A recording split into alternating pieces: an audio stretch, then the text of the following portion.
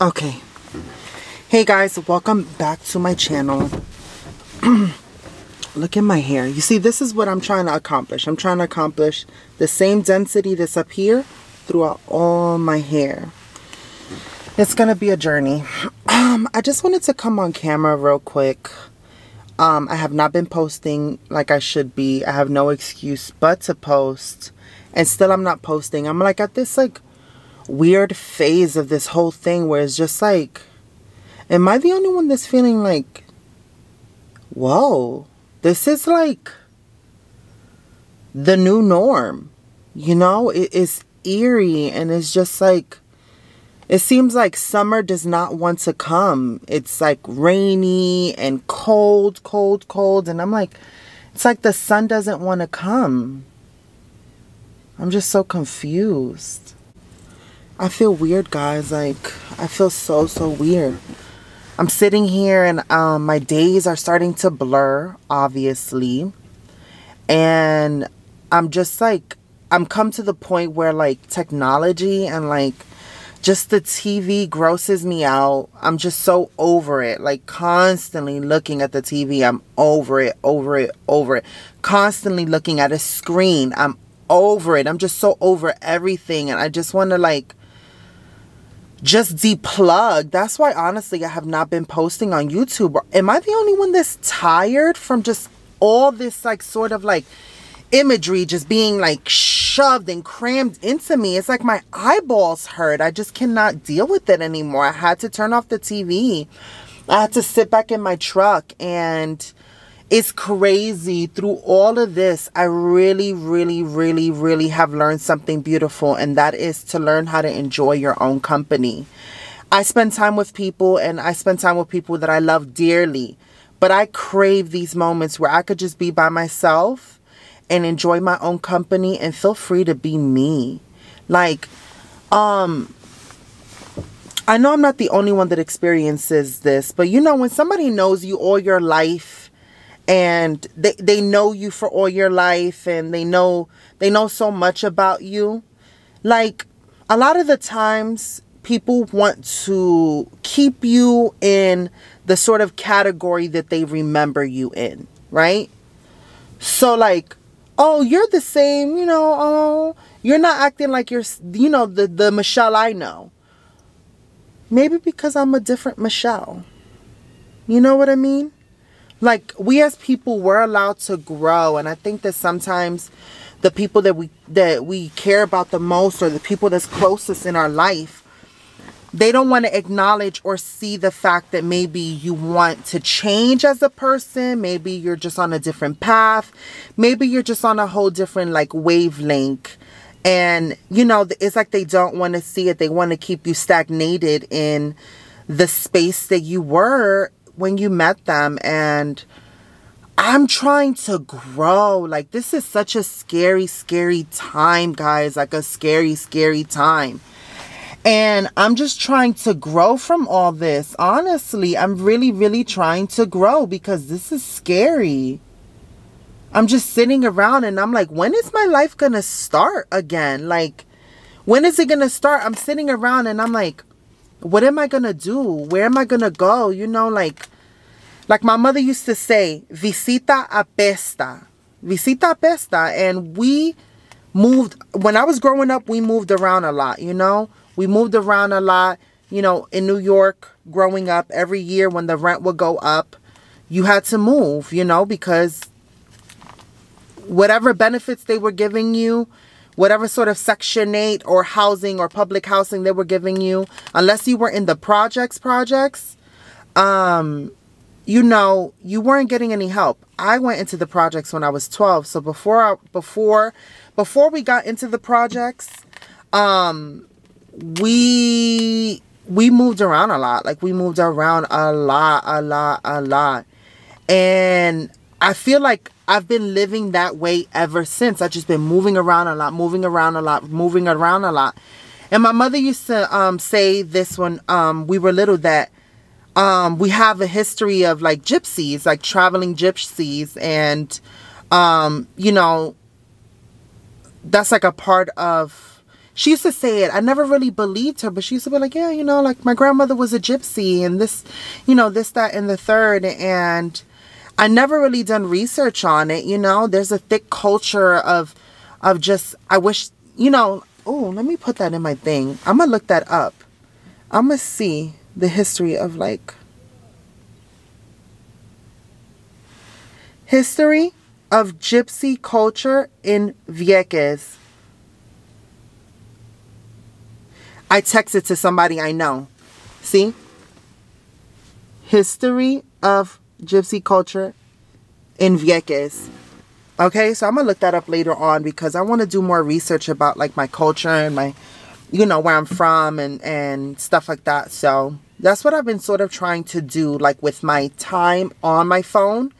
I don't even watch the TV now. I'm so over it. So over it. I just sort of do research on my phone. That's what I do. I feel like I've done so much research that my phone is just like cracked to a gazillion pieces. But I've been thinking about the direction of my life and where I want to go. And I feel so beat up, battered, and abused by 2020 that I don't even know where to begin to heal from all this. Like and I'm just juggling and figuring it out. And I'm like trying to figure out like, okay, like this doesn't look like it's going to end anytime soon. Nobody's going to go back to normal. And even when they go back to normal, look at the job I was doing. And this is the conversation people are not having about the coronavirus and all the, you know, the jobs. We're getting distracted. We're getting distracted by watching shows like Tiger King and all this stuff. And yes, it's entertaining, but we need to really start thinking about like the aftermath of the coronavirus. Everybody is so quick to rush and want to go back outside, but I was a waitress. You think that people are going to be going back to dining in? No, that's probably going to be a job that's not going to be available until there is a solid vaccine for this. And then by then, who knows? There might be a new thing out. So we need to start thinking that maybe this life as we knew it is not going to be what it used to be anymore. So my job as a waitress, that's gone. That's gone. I have no high school diploma. I have nothing really backing me up in all of this. So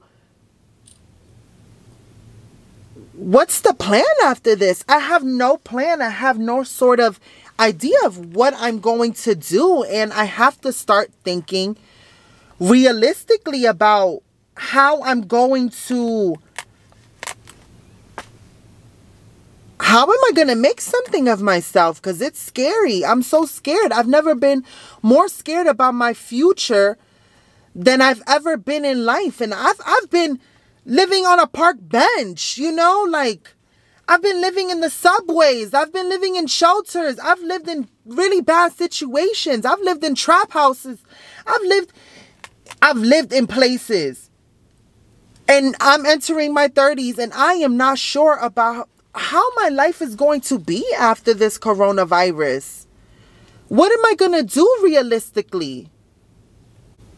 I have a dream and I have a vision and I have hopes and I have aspirations, but I have nothing sort of backing that up. And I'm just so, it makes me angry a little bit. It makes me angry, right? But it doesn't make me angry at my situation. It's not to throw me a pity party. It makes me angry that I went to a high school that because I was transgendered, they ignored all their obligations as just people that are obligated to report abuse. They ignored it all. I came out to my mother in high school, my freshman year of high school. I went with a guidance counselor and I told my mom. That was the first time my mom saw me dressed completely as a woman. And I was 13. I had just turned 13. And my mother hit me. She was trying to like beat me up in the guidance counselor's office when I told her. And the family coordinator of the high school literally was like, finally your mother's up here. I get to tell her how you've been dressing and how you've been parading your, how you've been parading your, what's the exact word? Your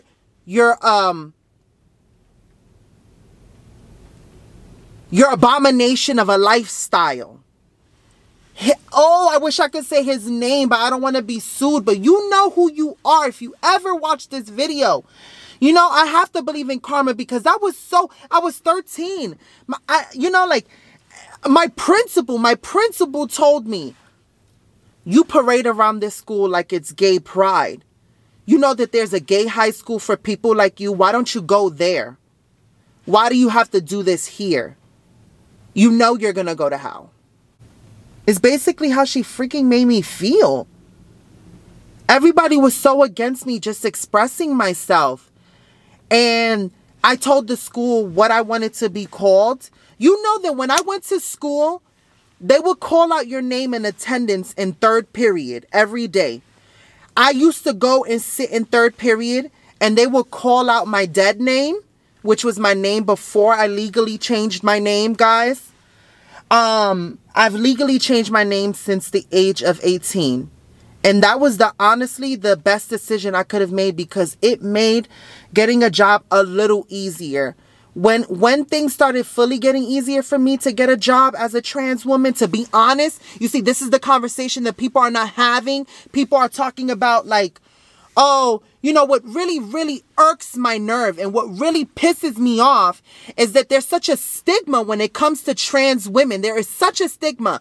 You know, they label us off as sex workers and escorts, but nobody thinks about why a lot of the cases for trans women, they have to resort to that.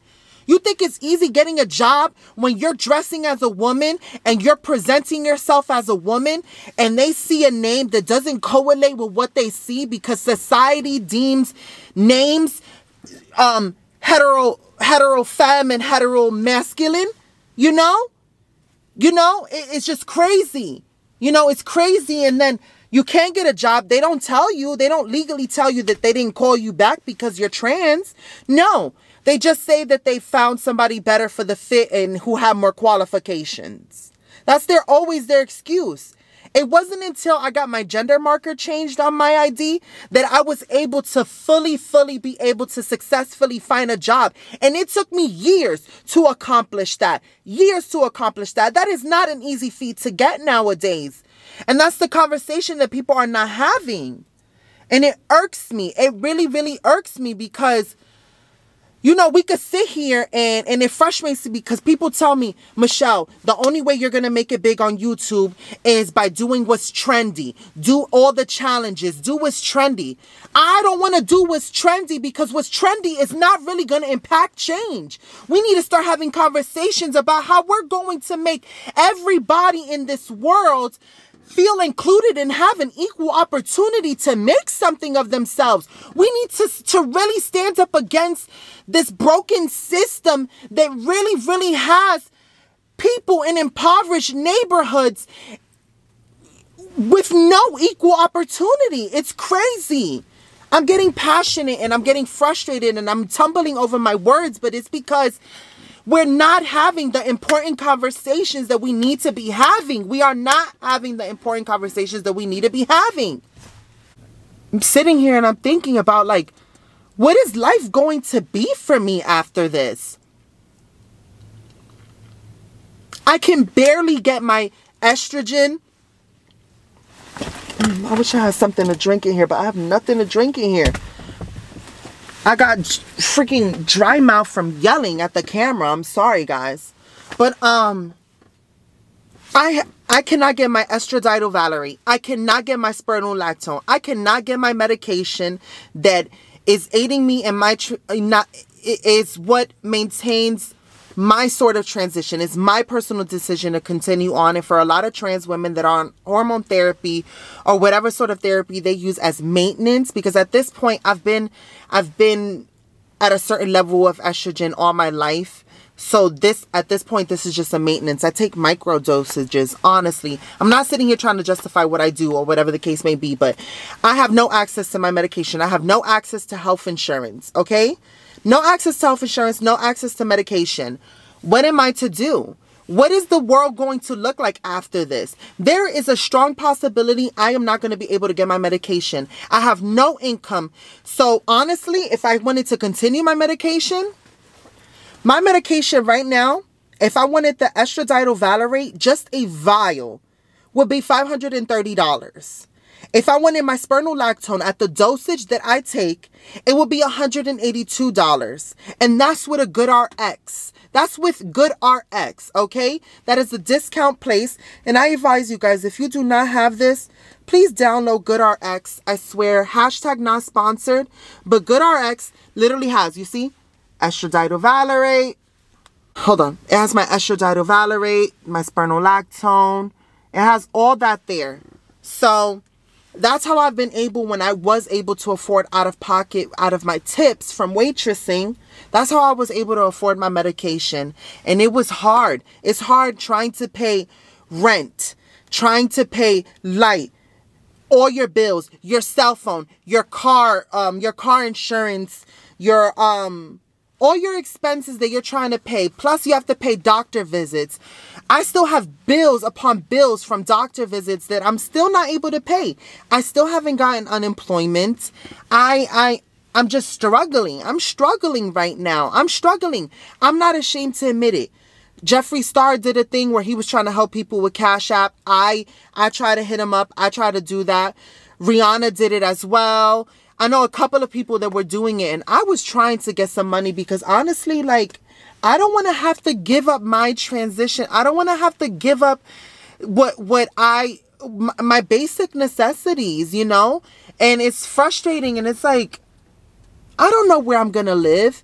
I'm shuffling through house and house, but like my mother said, growing up, visita pesta, and that means like after a while, your visitation starts to bother and stink. You know, and people get annoyed, and they're entitled to feel that way. A lot of people sort of feel like you need to feel pity on me and you need to show me some mercy because I need a place to stay. Yes, that's true, but people also have their own lives and they've worked for what they have. And when you come into their situation, they're looking at you with an expectation to get the ball rolling. But with this whole coronavirus, how can I get the ball rolling? What can I do? If I get sick, I have no health insurance to go to the doctor to get tested. I will have bills upon medical bills on me because I've put myself at risk for the coronavirus. And that's the conversation that people are not having. Okay, go out and get a job. If I get sick, I have no health insurance. I have nobody covering me. Okay? You know, and it's scary, but you know, what are people to do? People are still putting themselves at risk, and I am fortunate and grateful that I have the places to stay where I can stay right now, but I need to think about a long-term plan. You know, honestly, I was looking at DIY campers. I already live in my car, basically. I feel the most comfortable here. But I was thinking about, and I don't even have the money. I'll try to figure out. I'll probably have to put myself at risk and get a job. But seeing if I can build one of these campers to put in the back of my truck, you see? And just live in that. And then just travel and maybe live the car gypsy life. I don't know, but I have to start thinking seriously because I'm scared, you know? If I get kicked out where I'm at, I'm like, I don't have anywhere else. So I have to start thinking about like what I'm going to do. And I have to start thinking about the long term and what life is going to look like outside of this. And I have to figure it out. I'm not going to cry, whatever. But I'm just scared. Honestly, guys, I'm scared. And me being scared, how do I look doing a savage challenge or a get ready with me only using a beauty blender or whatever. I don't know. Whatever challenges are trending right now. What do I look like doing that when I'm at the worst situation of my life, but I'm still grateful that I have the opportunity to try to figure this out. But that's the end goal. I have to try to figure this out because time is not on my side. And people's patience wear thin.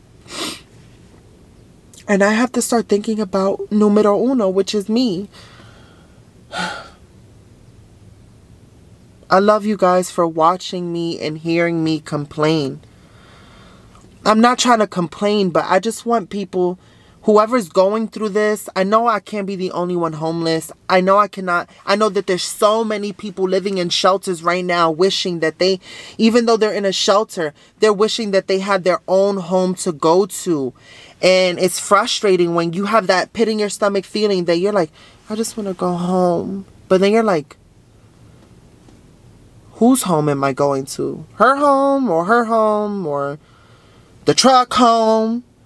What's home? What is mine? What is a key that I can put in and or what is a door that I can open where I enter a space that I can live by my own rules? And that right now is my truck for me. And I don't know how to build anything, but maybe I can sort of figure out how to build a DIY camper and figure out my life after this, because I can't continue to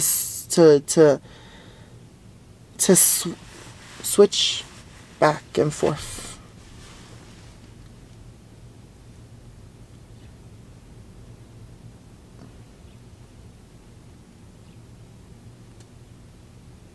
I love you guys for watching. Thank you for listening to me complain. Probably for 25 minutes. I'll probably try to cut some of it out. I'm going to let you go here. And all is not lost. I'm going to figure me out. And who knows? Maybe Rihanna will see this and I'll become a Fenty model. And then my life would change. Who knows? All right. Bye.